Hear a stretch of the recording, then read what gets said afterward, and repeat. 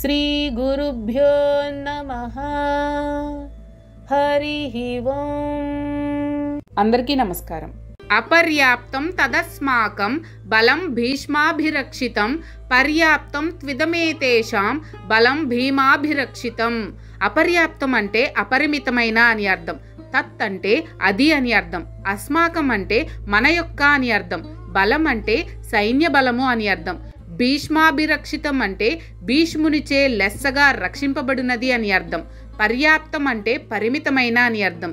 తు అంటే కాని అని అర్థం. ఇదం అంటే ఈ అని అర్థం. ఏతేషాం అంటే పాండవుల యొక్క అని అర్థం. బలం అంటే సైన్య బలం. భీమాభిరక్షితం అంటే భీమునిచే జాగరూకతతో రక్షింపబడినది అని అర్థం. మన సైన్య బలం లెక్కింప వీలులేనిదిగానున్నది మరియు మనము పితామహుడైన భీష్మునిచే సంపూర్ణంగా రక్షింపబడుతున్నాం.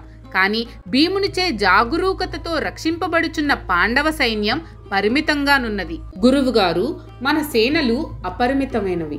పైగా మన సేనలు మహారథి భీష్ముని వలన రక్షింపబడుతున్నాయి. పాండవుల సైన్యములు పరిమితములు, కానీ అవి భీముని చేత రక్షింపబడుతున్నాయి.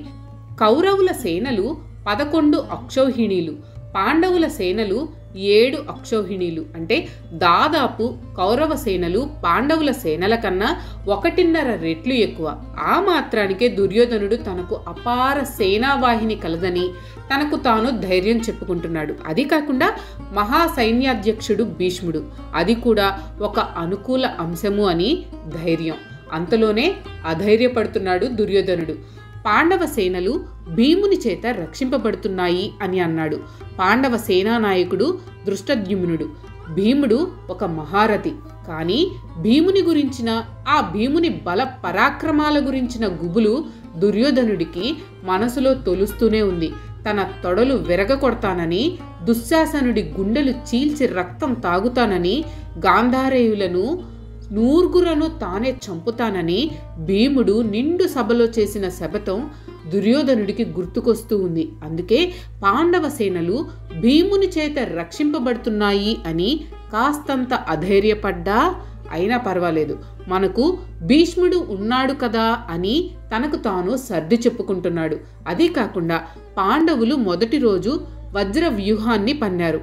ఆ వజ్ర వ్యూహానికి నాయకుడు భీముడు. అందుకే భీముడు వ్యూహం మొదట్లో నిలబడి ఉన్నాడు.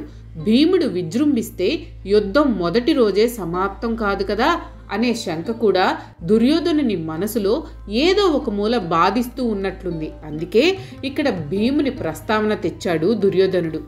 ఈ శ్లోకాన్ని మరింత వివరంగా అర్థం చేసుకోవడానికి ప్రయత్నం చేద్దాం. తమకు ధనుర్విద్యను నేర్పిన గురువుగారైన ద్రోణాచార్యుల వారితో ఇలా అంటున్నాడు దుర్యోధనుడు. ఆచార్య, భీష్ముల వారి రక్షణలో ఉన్న మన సైన్యం గొప్పదే, కానీ భీముని చేత రక్షింపబడుతున్న పాండవుల సైన్యం ముందు చాలదేమో అనిపిస్తూ ఉంది. ఎందుకంటే ధర్మానికి ప్రతిరూపం అయిన శ్రీకృష్ణుడు వారి పక్షాన ఉన్నాడు.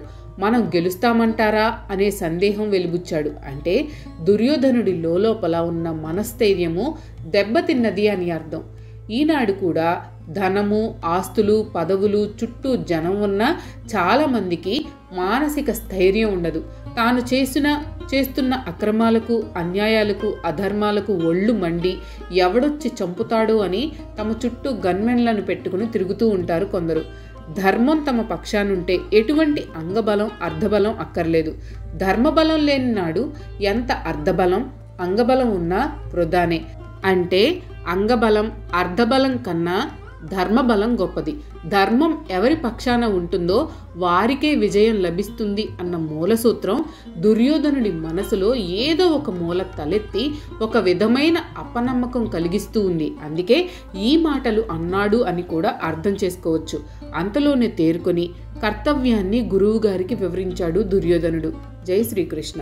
మీకు కనుక ఈ వీడియో నచ్చినట్లయితే లైక్ చేయండి. అలాగే మీ ఫ్యామిలీ అండ్ ఫ్రెండ్స్ కి షేర్ చేయండి. ఛానల్లో కొత్త నోటిఫికేషన్స్ కోసం సబ్స్క్రైబ్ చేయండి. అలాగే పక్కనే ఉన్న బెల్ ఐకాన్ ని ట్యాప్ చేయండి.